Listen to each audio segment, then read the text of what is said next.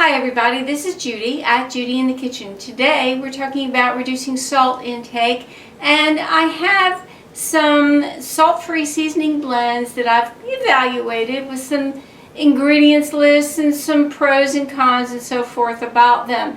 So I broke it up into two parts, and in today's video we're going to evaluate 3 different salt-free blends, and in the part 2 we'll evaluate 4 different salt-free blends. Hopefully this will help you out in your endeavor to try to reduce your salt intake.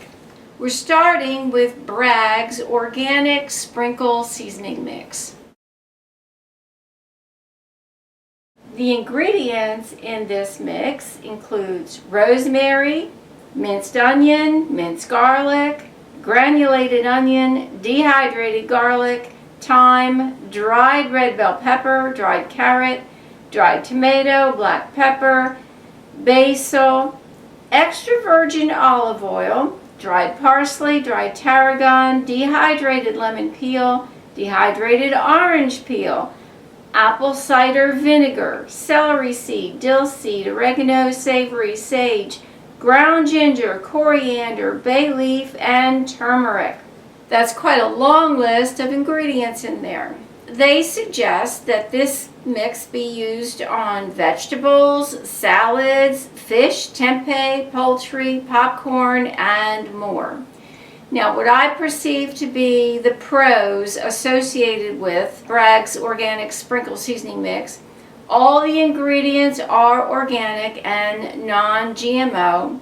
It contains no additives, fillers, gluten, nor preservatives. That's all a very good list of pros.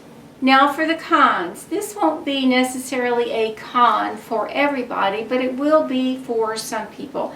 The blend contains oil and vinegar. Both of those ingredients might be things that you are trying to avoid, cut down on, eliminate for a variety of reasons.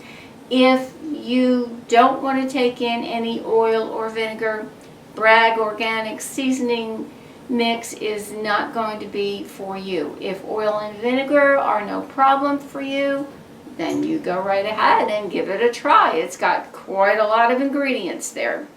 The next blend to cover is Dash Original Seasoning Blend. Most of us will recognize it as being Mrs. Dash Original Blend. They've since changed the name to just Dash.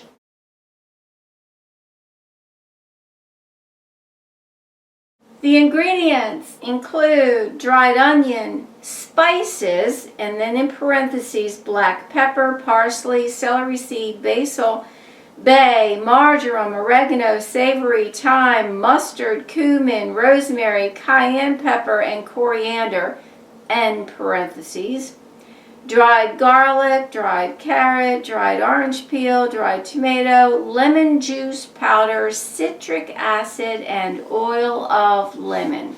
The Dash Company suggests that this blend be used on chicken, burgers, eggs, vegetables, rice vegetable mixtures, sauces, soups, and salads. You can use it on a lot of things. The pros: it's a brand that's been available for many years under the name of Mrs. Dash, so it should be found in most grocery stores. Also, they advertise it contains no MSG, which is wonderful. Now for the cons. The blend contains lemon juice powder, which may or may not be a concern for some people. Manufacturers are allowed to omit ingredients on their ingredients list if those items are in very, very small amounts in their food. There was another blend that I looked at another time that had lemon juice powder in it, and in part of that lemon juice powder was rice maltodextrin, which would have been in a very small amount. And if the lemon juice powder in Dash was the same lemon juice powder as the other brand, then this also contains rice maltodextrin. That may be a problem for you. It may not be something that you care about, but some people are trying to avoid maltodextrin of any type. That may or may not be a problem for you. Also, the mixture contains citric acid, which is often made from GMO corn. Now, they don't advertise that they're genetically modified organism free. So it could be that the citric acid is made from GMO corn, so which means it does contain a genetically modified organism ingredient. That may be a concern for you. It may not be a concern for you. It's up to you on whether you want to take in and try a Dash Original seasoning. The last seasoning mixture in this video is Kinder's No Salt Seasoning, the garlic and herb version.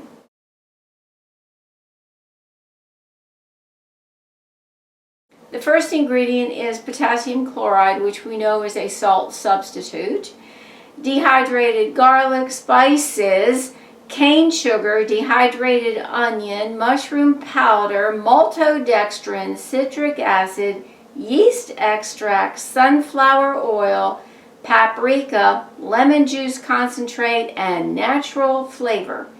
They advertise that this blend is suggested for chicken, pork, and seafood. Interesting that they don't list vegetables in there, but you could possibly try it on vegetables if you wanted. The pros: it's sold at Walmart, so this brand should be readily available to many people. Most people are going to have a Walmart somewhere near them, so you could easily access this brand if you wanted to. Now, the cons: I've got kind of a long list here on this blend.